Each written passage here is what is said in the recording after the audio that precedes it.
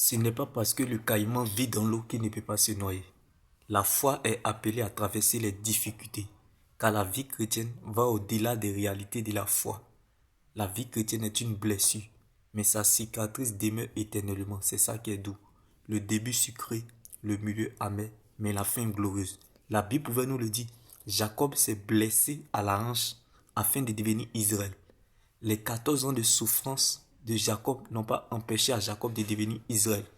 Donc pleure en regardant ta situation aujourd'hui comme Jacob, mais vois en vérité ce que Dieu te réserve demain, ton Israël. Car ce qui arrive est mieux que ça. Rien n'arrive sans rien. Si une chose est arrivée, c'est parce qu'il y a quelque chose qui est arrivé avant cette chose. Dieu ne permet rien pour rien, Dieu ne fait rien pour rien. Dieu n'est pas un généraliste, mais plutôt un spécialiste dans le domaine. Dieu donne et répond, mais surtout il guérit et il demeure fidèle. Dieu n'est pas en retard, ni pressé ni en avance, mais à l'heure. Là où on s'y attend le moins, c'est là le temps voulu de Dieu. Car le temps de Dieu n'est pas très long, mais très bon. Pendant que Jacob regardait sa souffrance, Dieu voyait Israël. Pendant que le père de Jacob, Isaac, pensait à Ésaü et Rebecca regardait Jacob, Dieu voyait Israël. Donc ne regarde pas à la parole de la réalité, car la réalité n'est pas la vérité, mais la vérité est la réalité qui est la parole de Dieu. C'est la seule terre solide sur laquelle nous pouvons nous tenir. Ne regarde pas à ce que tu vois, mais regarde plutôt à ce qu'il t'a dit. Ne regarde pas la parole de la réalité.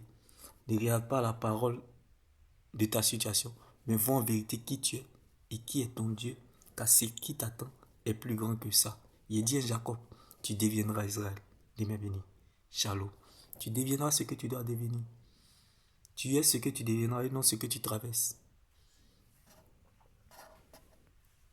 Si Dieu ne t'a pas encore répondu, c'est parce que ce qu'il cherche et veut bâtir en toi a plus de valeur que ce qu'il veut te donner. Quand Dieu te prive d'une chose, c'est parce qu'il veut te donner une bien meilleure. Alléluia.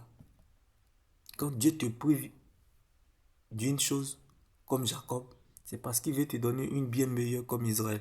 Il dit Jacob, tu deviendras Israël.